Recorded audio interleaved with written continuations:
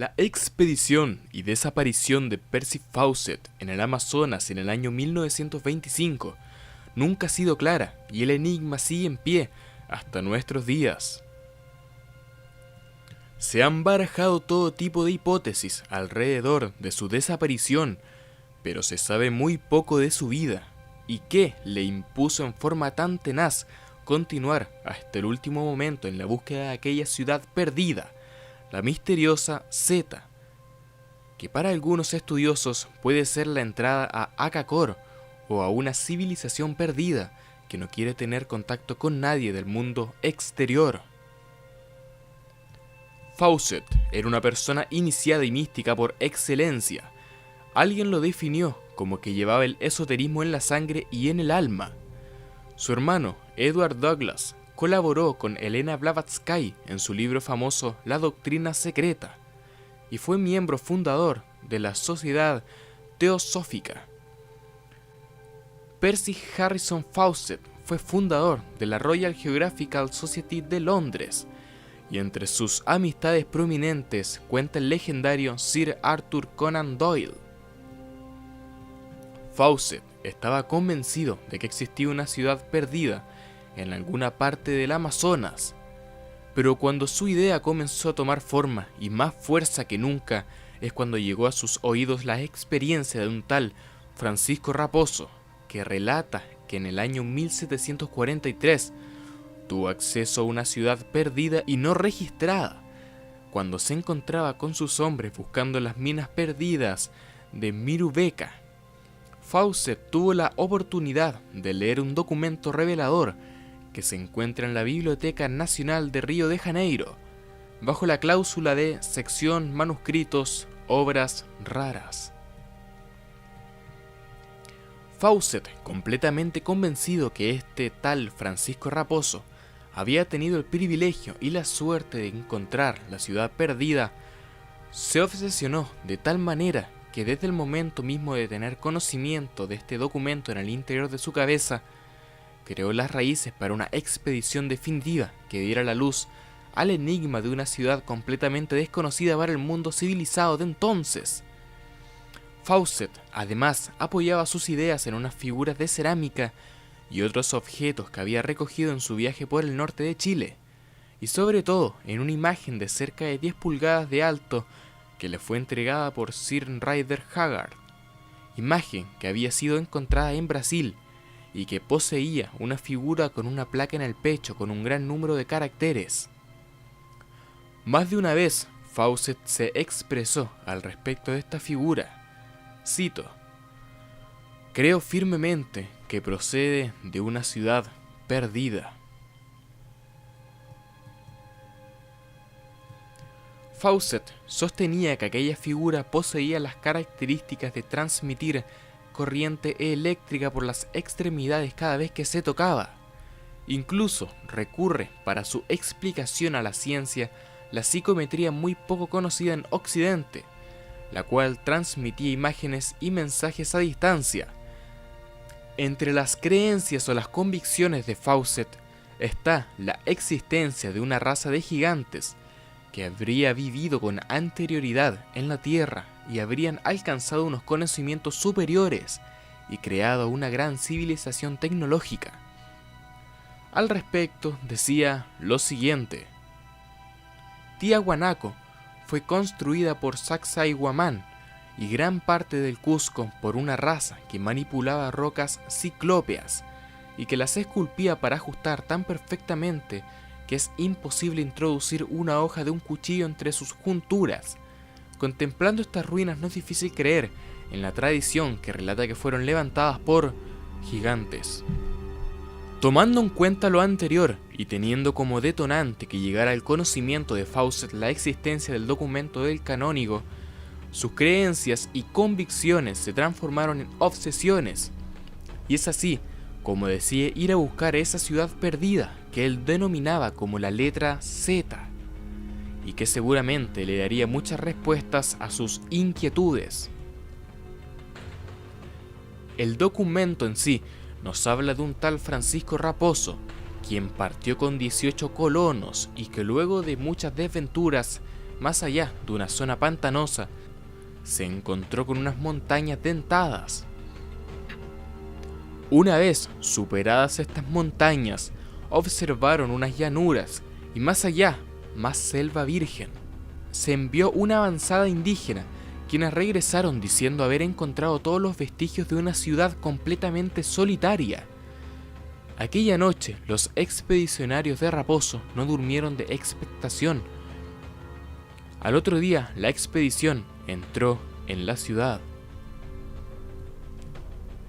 Primeramente observaron una enorme estructura ciclópea de 3 arcos de enormes losas. En lo alto del arco central se veían inscripciones gastadas por el tiempo totalmente desconocidas.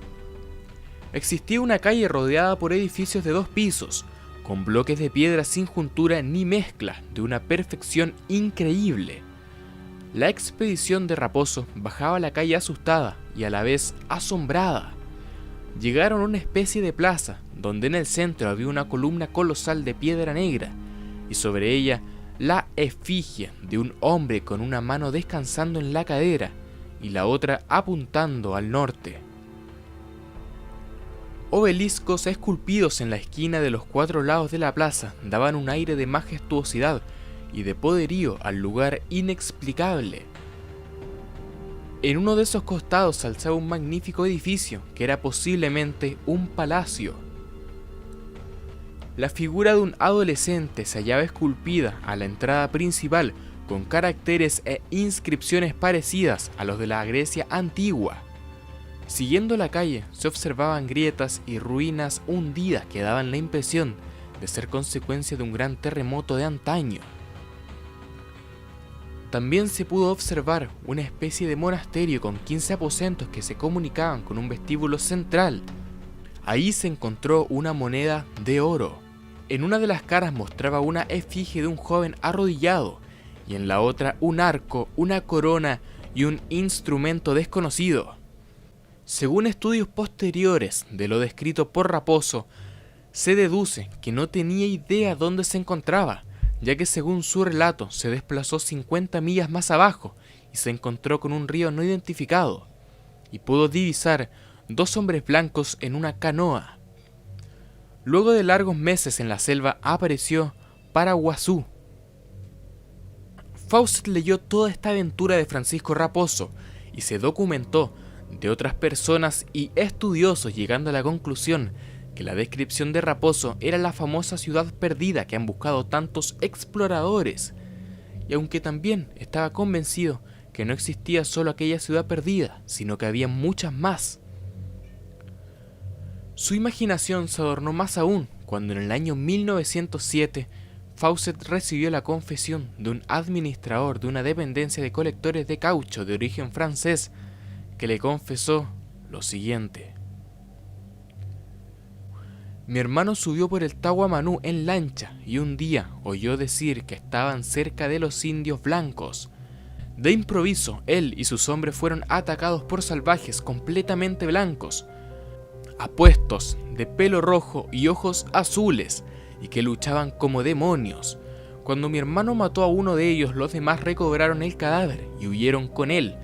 La gente dice que no existen tales indios que son mestizos, pero quienes los han visto piensan de manera diferente. Todos estos relatos y experiencias se fueron juntando y dieron una estructura de la actuación posterior de Fawcett en su expedición. Una de las más peligrosas aventuras que le tocó vivir a Fawcett ocurrió en 1913, y según sus propias palabras, ocurrió lo siguiente.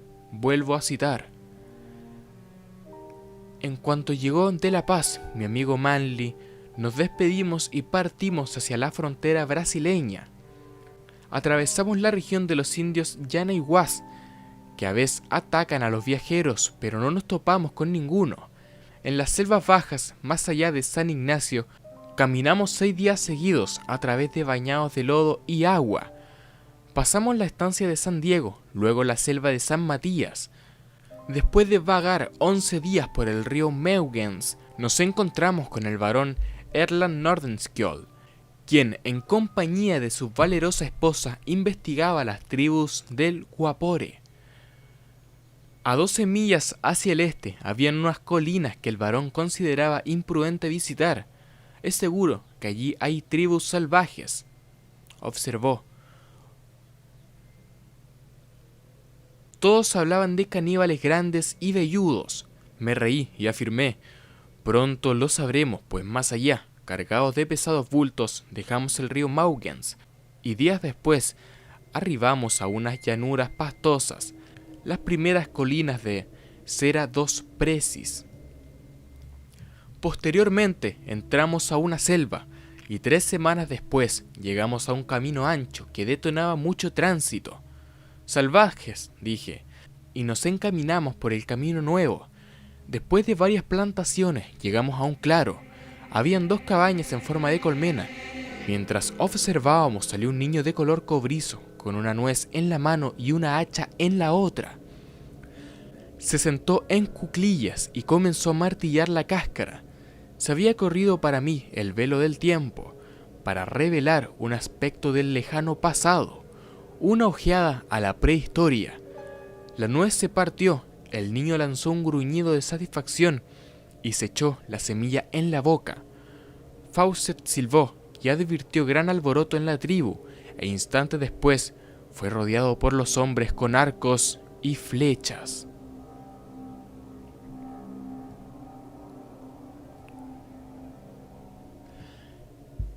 Según Tatún Kanara, existen 3 ciudades habitadas aún sin descubrir. Ellas se llaman Akakim, Akakor y Akanis, nombres que traducidos significarían Fortaleza 1, Fortaleza 2 y Fortaleza 3 respectivamente. Precisamente el jefe indio habló que antes de llegar a Akakim había una cadena montañosa y 3 pirámides ocultas por la maleza y la exuberante vegetación. Poco después fueron descubiertas estas pirámides por una expedición brasileña que comandaba un arqueólogo de apellido Brandao, y de quien anteriormente se había sospechado de zancadillar las expediciones extranjeras. Por fin habían aceptado nuestra amistad y el jefe mismo compartió nuestro alimento. Poco después supe que este era el pueblo de los Maxubis. Creo que este pueblo, al igual que muchos otros de Brasil, descendían de una civilización más elevada. En una de sus aldeas había un hombre peligroso de ojos azules que no era un albino. Adoran el sol y 1 o 2 hombres tienen la obligación de saludar todos los amaneceres al sol con voces musicales. Era la música de un pueblo desarrollado, no de salvajes. Tenían nombres para todos los planetas y llamaban a las estrellas Vira Vira. Curiosamente sugestivo, afirma Fawcett. En todo sentido indicaban un estado superior más que evolución al salvajismo. Los Maxubis nos advirtieron sobre los Maricoxis, tribu de caníbales que habitaban más al norte. Este relato aportado por el mismo Fawcett nos da una idea de cómo se fue gestando dentro del explorador que una supercivilización habitaba en una ciudad perdida entre la enorme jungla del Amazonas. Más aún, cuando en el año 1920, en el rancho del coronel Hermeregildo Galbao, le contaron que un jefe indio de la tribu Nafacúa, cuyo territorio quedaba entre los ríos Chingu y Tabatinga, aseguraba conocer la ciudad, que vivían los indios que hablaban de casas alumbradas con estrellas que nunca se apagan. Fawcett, cuando escuchó esta afirmación de dicho coronel, afirmó tajantemente: esta fue la primera vez, pero no la última, que oí hablar de las luces permanentes encontradas en unas antiguas casas por esa civilización olvidada. Este medio descubierto por los antiguos aún no ha sido redescubierto por los científicos hoy en día. Existen una serie más de anécdotas, recopilaciones de relatos y averiguaciones realizadas por Fawcett que avalan la existencia de esta ciudad perdida, que fue encontrada por Francisco Raposo en el año 1743. Las descripciones no dejaron de sumarse en la época a una infinidad de ciudades misteriosas, donde habitaban unos indios que tenían piel blanca, cabellos rubios e incluso se les describía con ojos azules. Otros relatos hablaban que en la región de Kungugi se habían encontrado misteriosas descripciones en las rocas, lo cual resultó cierto y que hasta hoy en día no han sido descifradas. También llegó a oídos de Fawcett una historia de un anciano que años atrás, siguiendo la huella de un buey que se había extraviado, se encontró de pronto en una plaza de una gran ciudad. Allí vio en el centro la estatua de un hombre alto y el anciano, totalmente fuera de sí, huyó del lugar. Para avalar más aún la existencia de una ciudad perdida entre la jungla, Fawcett también prestó atención a un relato en la estancia de Morro da Gloria. En esta historia se hablaba de un mestizo del río Pexia que se perdió en la selva de Serra Gueval, al este. Subió una colina y vio al llegar una planicie con una ciudad con entradas de formas de arco. También expresó este mestizo haber visto personas en la ciudad, lo cual le hizo desistir de acercarse a ella. Todas estas historias y leyendas que en la época de Fawcett eran continuas y descritas por muchas personas, hicieron que quizás inconscientemente Fawcett adentrara en su interior y que estaba en el camino de encontrar una civilización perdida. Muchas veces se expresó sobre la civilización olmeca, que quizás era una raza tan antigua que habían tenido el contacto con una raza de gigantes, ya que sus antepasados se jactaban de haber destruido el último de los gigantes en la tierra. Igualmente con los toltecas, que los identificaba como una raza extraña al analizar sus rasgos físicos: ojos azules, color cobrizo de piel, rasgos finos, etc., lo que le hacía ver como un pueblo trasplantado a ese lugar cuyos orígenes se desconocen. Percy Fawcett reunió el dinero para financiar la expedición, despertando el interés de varias sociedades científicas y también por la venta de los derechos de sus relatos a la North American Newspaper Alliance. Los componentes de la última exploración fueron su hijo Jack, que era un verdadero gigante de casi 2 metros y algunos centímetros más, deportista y naturalista por excelencia. Un amigo de Jack, que se llamaba Raleigh Rimmel, es descrito como una persona alegre y que hacía la pareja ideal con Jack, ya que los unía una amistad de muchos años. Y por último, el mismo Percy Harrison Fawcett. La expedición también incluía varios portadores, 8 mulas y 2 perros llamados Pastor y Chulim. Según palabras del propio Fawcett, la expedición partió desde el campamento llamado Caballo Muerto. Se visitaría en primera instancia la Torre de Piedra, monumento pétreo de procedencia desconocida, que era una especie de tabú para las tribus cercanas, ya que según relatos indígenas, esta piedra emitía luces extrañas por la noche. El camino quedaría registrado bajo los paralelos 10, 30 y 11, hasta el terreno alto en los estados de Goiás y Bahía, región totalmente desconocida y habitada por tribus salvajes en aquellos años. Fawcett cree que en este sitio ya es posible encontrar algunos vestigios de ciudades que se desconocen hasta el momento, y posiblemente esté la ciudad que encontró el personaje llamado Francisco Raposo en el año 1743. Otro hijo de Fawcett, llamado Brian, años más tarde, haciendo averiguaciones con personas relacionadas con la selva y el mismo gobierno brasileño, aseguraron que las coordenadas dadas por Fawcett estaban equivocadas y era imposible realizar la misión bajo estas pautas, y mucho menos en 9 días como tenía programada la expedición de Fawcett. Incluso los aviones que sobrevolaron esta región en ningún momento detectaron en los últimos años vestigios de ciudades abandonadas. Jack, el hijo que acompañaba a Fawcett, describe en su diario de viaje una serie de acontecimientos que dan un poco de luz referente a lo difícil que estaba resultando la expedición. Jack, además de recoger varias anécdotas y más relatos en referencia a una supercivilización que habitaría estas remotas tierras, donde describen ruidos de máquinas identificadas como cohetes, esqueletos de animales gigantes desconocidos, bombas elevándose a los cielos y luego cayendo a la selva, construcciones prehistóricas, etc. También habla de las famosas ciudades iluminadas con luces que nunca se apagan, aunque reconoce que no concuerda con los paralelos y coordenadas que ellos llevaban. La incógnita y el misterio de esta expedición se disparan cuando se conoce que el mismo Fawcett dejó escrito que no se hicieran gestiones para buscarlos hasta el año 1927, en caso de no tener noticias de la expedición. Además, había vendido todos sus derechos a una editorial americana. Más misterio se añade cuando se logra determinar por expertos que las coordenadas dadas por Fawcett eran imposibles, ya que él mismo se hubiera dado cuenta de su error. En este punto se baraja la posibilidad, años más tarde, que el mismo Fawcett lo hizo de adrede, en pleno conocimiento de su error, con un fin aún no determinado.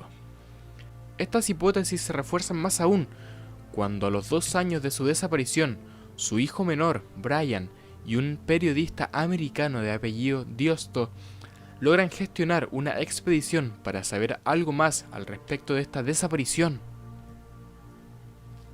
Estas nuevas gestiones llegan a unas sorprendentes conclusiones. Se determina con certeza que efectivamente esas coordenadas eran imposibles. También se logró detectar que los porteadores que llevaba la expedición no habían desertado como había expresado Fawcett en sus 2 últimas cartas enviadas por estos mismos porteadores al campamento de Caballo Muerto. Los porteadores expresaron que Fawcett los despidió y volvió a su lugar de origen, queriendo quedarse solo con sus acompañantes de expedición, las 8 mulas y los perros que llevaban. Claro está que las 2 últimas cartas hablan que uno de los expedicionarios, Rimmel, había sido mordido gravemente por las garrapatas y las heridas se habían deteriorado gravemente, pero Fawcett, a pesar de mostrar preocupación, no desiste de su misión y la expedición en conjunto tampoco. El periodista Diosto y el hijo menor de Fawcett, en el año 1928, logran contactar con algunas tribus salvajes y logran ver un medallón en uno de los hijos de un cacique, un medallón que pertenecía a Fawcett. También logran determinar otro objeto de Fawcett, un cofre que seguramente llevaba con él.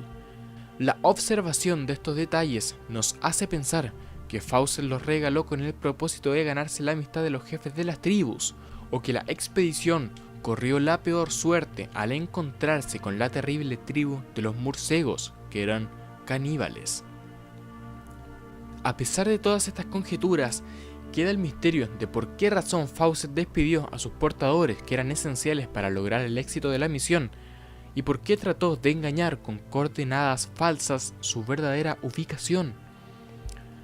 En los años posteriores a 1927, son innumerables los testimonios de personas que dijeron haberse encontrado con ingleses delirando en las cercanías de la selva amazónica, diciendo ser Fawcett, pero ninguno de estos testimonios tuvieron una confirmación certera de sus familiares. Además, durante los años posteriores, también aparecieron varias personas que dijeron haber recibido mensajes telepáticos de Fawcett. En dichos mensajes expresaba estar vivo y sin problemas de ningún tipo. Al paso de los años, el misterio de esta expedición sigue en pie, y ahora que el Amazonas será cruzado por frías autopistas, puede que entreguen hechos que han permanecido durante muchos años ocultos en sus entrañas, y también aflore la ciudad perdida que tanto soñó Fawcett y que dio su vida para encontrarla.